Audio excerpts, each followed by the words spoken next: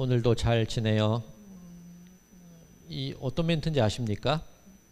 국내 저가 항공사 중에 진에어라는 항공사가 있습니다. 그 기내 방송이 끝이 날 즈음에 보통 함께 잘 지내요, 맛있게 지내요, 그렇게 방송이 끝이 납니다. 그 진에어라는 그 회사 사명과 항공사명과 잘 지내다 할 때 그 지내다 그 발음이 비슷하기 때문에 그것을 언어 유희를 만든 그런 멘트라고 할 수가 있습니다. 우리가 오늘 읽은 이 마태복음 23장에도 이런 언어 유희가 들어 있습니다. 바로 24절 중에 하루살이는 걸러내고 낙타는 삼키는도다. 이 부분이 언어 유희예요.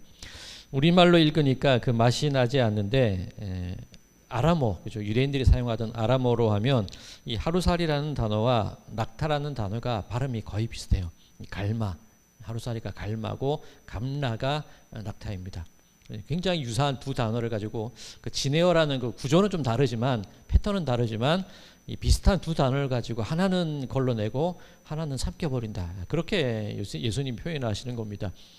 예수님께서 이런 언어 유희를 참 많이 사용하세요. 예수님의 비유라든가 말씀을 보면 좀 과장된 표현법들 그리고 좀 신기한 그런 표현들을 많이 사용하십니다. 그래서 듣는 사람들로 하여금 무릎을 탁 치고 들을 수 있을 만한 그런 말씀들을 참 많이 하시는데 오늘 24절이 그런 내용입니다. 자, 마태복음 23장 이 전체 말씀은 서기관과 바리새인들을 꾸짖는 내용입니다. 화 있을진저 외식하는 서기관과 바리새인들이여, 이런 단어가, 이런 구절이 7번이 반복이 됩니다. 우리가 대한성서공회 본문을 읽고 있기 때문에 오늘 28절까지 보면 그 화 있을진저 그것이 6번 나오고 29절에 또 한 번 더 나옵니다. 화 있을진저. 그러니까 7번이 나오게 되는데, 자, 잠깐 마태복음 전체의 구절 한번 볼게요. 마태복음 5장에 보면 심령이 가난한 자는 복이 있나니, 애통하는 자는 복이 있나니, 온유한 자는 복이 있나니, 의에 줄이고 목마른 자는 복이 있나니, 8개의 복에 대한 얘기가 이 마태복음 전체 속에서 앞 5장에 복에 대한 이야기가 나옵니다. 그 마태복음 28장까지 있으니까 뒤에서 5번째 장은 오늘 본문이 23장이겠죠. 거기에 8가지 화에 대한 이야기가 나옵니다. 즉 마태복음 구조가 전체 이 서로 대칭을 이루고 있는데 앞부분에 물론 이 장절은 훨씬 후대에 만들어져 나누긴 했지만 일단 전체 구조가 앞 한 30%쯤 20%쯤에 8개의 복, 뒤에서의 한 20%쯤에 8개의 화, 그런 구조로 마태복음이 이루어져 있습니다. 그런데 제가 조금 전에 이 화 있을진저가 7번이 반복이 된다고 말씀을 드렸는데 왜 8번이라고 말씀을 드리냐면 오늘 보면 14절을 보시면 어떻게 되어 있습니까? 없음, 각주가 있습니다. 각주를 보면 어떤 사본에 14절에 마가복음 12장 40절과 누가복음 20장 47절과 유사한 구절이 있음, 그렇게 되어 있습니다. 자, 마가복음 12장 40절 제가 읽겠습니다. 그들은 과부의 가산을 삼키며 외식으로 길게 기도하는 자니 그 받는 판결이 더욱 중하리라 하시니라. 자, 지금 마가복음 읽었는데 누가복음도 거의 비슷한 말씀입니다. 즉 이 과부들에게 헌금을 갈취하는 바리새인에 대한 그 서기관들에 대한 경고의 말씀이고, 외식하는 자, 다른 사람에게 보이기 위해서 기도를 일부러 티나게 길게 한다는 겁니다. 그리고 그들이 받을 심판이 있다는 겁니다. 오늘 이 본문 구조와 외식하는 자들이 화를 입게 되는, 심판을 받게 되는 그 구조랑 거의 같다고 볼 수 있습니다. 즉 아직 14절 확실한 본문이 발견되지 않아서 그렇지만 그 말씀의 흐름으로 보면 어떤 사본에 보면 이 화 있을진저라는 말씀이 14절에 반복되었을 것이라고 보통 그렇게 생각을 합니다. 그렇게 돼서 8개의 화 있을진저 그런 말씀이 있다는 그 뜻으로 말씀을 드리는 겁니다. 자, 오늘 설교를 시작할 때 지내요 그렇게 말씀을 드렸고, 하루살이는 걸러내고 낙타는 삼킨다, 그 문구로 설교가 시작되었습니다. 궁금하게 해놓고 막 다른 말씀들 말씀드리니까 좀 재미없으시죠? 어떻게 됐다는 거야. 지난 수요일 집에 가는 길에 저희 아내가 저한테 그런 얘기를 합니다. 제가 설교하는 도중에 어떤 이야기를 막 하다가 결과를 말 안 하고 끊어버리는 경우가 종종 있대요. 그러니까 제가 설교에 필요해서 여러 가지 제가 경험한 이야기들을 막 해놓고 결론은 얘기 안 하고 그냥 넘어가는 경우가 있다는 거예요. 오늘도 막 괜히 시작은 재밌는 것 같이 해놓고 다른 구조 얘기하는데 지난 수요일 그냥 말씀드리면 코로나 팬데믹 때문에 뭐 온라인 수업 하냐 안 하냐 그걸로 좀 문제가 있었죠. 결론은 모든 학생이 온라인 수업을 했고 어느 누구도 징계를 받지 않은 해피엔딩으로 끝이 났습니다. 그런 결론이 있었습니다. 말씀을 드리고, 자 이제 오늘 이 본론, 하루살이는 걸러내고 낙타는 삼킨다. 그것이 어떤 의미가 있는지를 살펴봐야 될 겁니다. 먼저 하루살이는 걸러낸다. 이 하루살이라고 우리 성경에 되어 있긴 한데 작은 날벌레입니다. 번역본에 따라서 이 미국 성경에는 모기라고 번역되어 있기도 하고 각닭이라고 되어 있습니다. 각닭이. 예. 그리고 헬라어 사전에는 모기라고 되어 있는데 그냥 날개에 있는 작은 곤충이에요. 그럼 그 곤충들을 왜 걸러내느냐면 유대인들이 포도주를 마실 때 물이 석회질이 마르니까 포도즙이나 포도주를 마시게 되는데 포도주를 놔두게 되면 그 달콤한 향기 때문에 날벌레들이 꼬일 수밖에 없어요.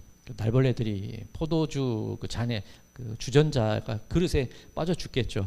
그러니까 마시기 전에 유대인들 같은 경우에 이 천에다가 이 포도주를 한번 걸러서 이렇게 마시게 되는 겁니다. 그러니 하루살이는 걸러낸다, 그런 의미가 되는 거죠.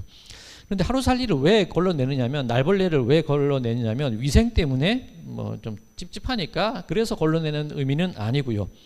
레위기 11장 23절에서 25절 제가 읽겠습니다. 오직 날개가 있고 기어다니는 곤충은 다 너희가 혐오할 것이니라. 이런 것은 너희를 부정하게 하나니 누구든지 이것들의 주검을 만지면 저녁까지 부정할 것이며. 그죠? 그 작은 날벌레랄지라도 부정한 거예요. 그러니까 만져도 안 되는데 포도주를 마실 때 자칫하면 그 벌레를 마시게 된단 말이죠. 그러니 율법에 철저한 유대인들의 경우에는 그 작은 날벌레조차라도 나를 부정하게 만드는 것이기 때문에 다 걸러내고 마시게 되는 겁니다. 그래서 하루살이는 걸러낸다, 그런 의미가 됩니다. 그러면 낙타를 삼킨다라는 뜻이 어떤 의미가 있냐면, 방금 읽은 레위기 11장에 보면 그런 정한 짐승, 부정한 짐승, 먹을 수 있는 짐승, 먹을 수 없는 짐승들의 목록에 나열되어 있는데, 레위기 11장 4절 제가 읽겠습니다. 색임질하는 것이나 굽이 갈라진 짐승 중에도 너희가 먹지 못할 것은 이러하니 낙타는 색임질을 하되 굽이 갈라지지 아니하였으므로 너희에게 부정하고. 낙타는 통굽이잖아요. 그러니 모래에 빠지지 않게 하기 위해서 굽이 하나고 발이 이렇게 뭉툭하지 않습니까? 그러니 그 낙타는 부정한 짐승이기 때문에 먹어서는 안 돼요. 근데 오늘 본문의 23절에 보면 그 작은 날벌레 하나까지로도 율법을 지키려고 걸러내는 사람들이 낙타 같은 그런 큰 것들은 전혀 개의치 않고 꿀꺽꿀꺽 잘도 먹더라는 겁니다. 그것을 비판하시는 겁니다. 자, 오늘날 실제로 있었던 몇 가지 예를 제가 말씀을 드리겠습니다. 어느 사람이 한 회사의 탕비실에서 믹스커피를 가지고 집에 갔습니다. 탕비실에 비치된 그 믹스커피는 업무 중에 마시라고 준비되어 있는 거죠. 그런데 집에 갈 때 그것을 들고 가면 그것은 절도가 되는 겁니다. 그 절도로 판결이 났습니다. 또 유명한 사건이 있었죠. 버스 운전기사분이 800원, 그 버스비 승객이 낸 800원을 가지고 갔기 때문에 회사에게 손해를 끼쳤다는 이유로 해고당하는 것이 마땅하다, 그런 판결이 났습니다. 자, 그런데 그 판결을 낸 판사분이 또 어떤 판결을 냈냐면, 수십만 원 향응을 받은 검사는 업무 중에 받은 거니까 무죄다, 그런 판결을 내렸어요. 50억 뇌물을 받은 사람은 업무와 연관성이 있으니 무죄다, 그런 판결을 내렸단 말이에요. 오늘 본문 말씀이 그겁니다. 그 작은 날벌레 하나는, 그 작은 믹스커피와 800원 하나까지라도 법을 지키기 위해 철저하게 걸러내는 사람들이 자기에게 유익이 되는 거라면 낙타라도 꿀꺽꿀꺽 삼켜버리는 그런 모습들을 저들이 보이고 있다는 거예요. 자, 오늘 이 마태복음 23장의 전체 흐름이 그겁니다. 화 있을진저 외식하는 그들, 그 내용들이 다 그런 내용입니다. 자, 오늘 그 내용들 제가 그냥 한 절씩 말씀을 드리면, 그런 서기관과 바리새인들이 천국문을 꼭 막고 있다는 거예요. 그리고 바다와 육지를 두루 다니면서 사람을 얻었는데, 요즘식으로 하면 전도를 해왔는데, 한 명을 전도했는데 그 사람을 지옥문으로 밀어놓는다는 겁니다. 그리고 그들이 맹세를 할 때 만약에 성전에 있는 금을 가지고 맹세를 했다, 성전에 있는 돈을 가지고 맹세를 했다, 내가 이것을 어기게 되면 그 돈을 내가 낼게, 그런 맹세를 했으면 철저하게 지킨다는 거예요. 그런데 성전 자체를 가지고 맹세한 사람들은 안 지킨다는 겁니다. 성전 안에 금과 예물이 포함되어 있는 건데 실제로 자기에게 유익이 되는 것은 끝까지 지키면서 하나님의 집인 성전을 가지고는 자기에게 눈에 보이는 불이익이 없으니까 그냥 무시한다는 거죠. 그리고 그릇과 컵의 겉부분은 깨끗하게 유지하면서 그 안에는 온갖 탐욕과 방탕을 채우고 살아가는 누구라. 회칠한 무덤 같은 사람들, 그 사람들이 서기관과 바리새인이라는 겁니다. 이 외식하는 자, 이 헬라어로 그 외식이라는 단어가 가면을 쓰는 거예요. 연극을 하기 위해서 얼굴에 가면을 쓰는데 본 모습과 다른 사람에게 보이는 모습이 다르잖아요. 그게 외식입니다. 그러니까 서기관과 바리새인의 모습이 그렇다는 겁니다. 사람들에게는 그 작은 것까지 하나라도 요구하는 그 사람들이 자기들에게 유리한 것, 자기들에게 불리한 것은 그렇게 낙타까지라도 먹으면서까지라도 그 큰 것까지라도 먹으면서 모르는 척하는 것이 저들의 모습이라는 겁니다. 그러니 화 있을 진저, 그렇게 예수님이 말씀을 하시는 겁니다. 자, 그러면 오늘 대상이 특정되어 있습니다. 서기관과 바리새인들이요. 외식하는 서기관과 바리새인들이요. 그 대상이 특정되어 있어요.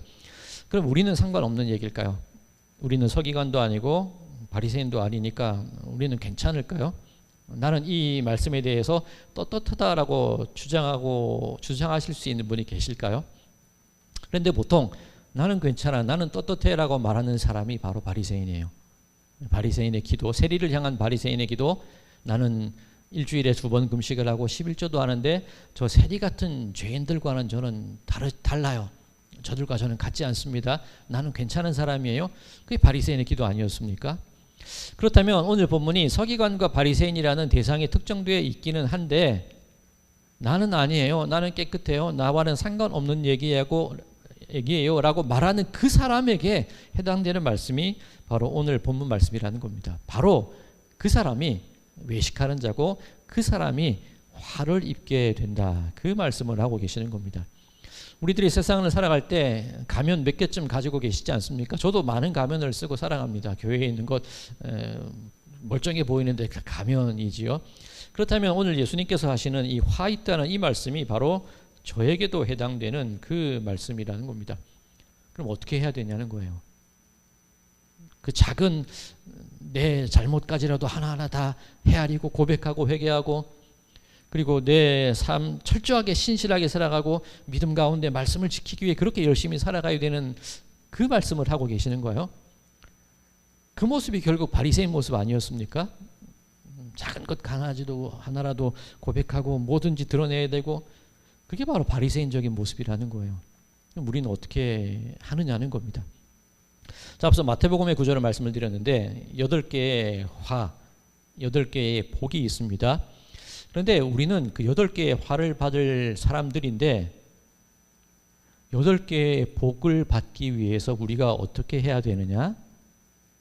바로 예수 그리스도께서 그 일을 위하여서 십자가에서 돌아가셨다는 것을 알라는 겁니다. 내가 작은 것 하나까지라도 고백하고 내 삶을 신실함으로 믿음 가운데 올바로 살아야지 그 하루살이건 낙타건 나는 모두 다 걸러내는 사람이 될 거야. 그게 바리새인이니 그런 나 같은 사람에게라도 하나님이 사랑을 베푸시고 그런 화 입을 수밖에 없는 나 같은 사람에게도 은혜를 베푸신 것이 예수님의 사랑입니다. 그것을 아는 것이 더욱더 중요한 거예요. 자, 마태복음 5장에 8복, 복 있는 사람, 심령이 가난한 자, 애통한 자, 온유한 자, 의에 줄이고 목마른 자, 우리는 전혀 그런 사람들이 아닙니다. 그런데 화 있을진저 외식하는 우리가 예수 그리스도의 그 십자가의 은혜로 나는 살아날 수밖에 없는 존재라는 것을 아는 순간 내 심령이 애통하게 되는 거예요. 그때 내 마음이 가난하게 되는 거예요. 예수 그리스도의 은혜로 말미암아 그 은혜를 알 때 내가 온유하게 된다는 겁니다. 지금 무언가를 해서 노력으로 작은 것까지라도 들춰내자는 것이 아니라 나는 하나님의 그 사랑, 예수님의 그 은혜의 빚진 자입니다. 그 고백을 하는 사람에게라야만 복 있는 사람, 그들에게 천국이 주어지게 된다는 그 사실을 믿으시기 바랍니다.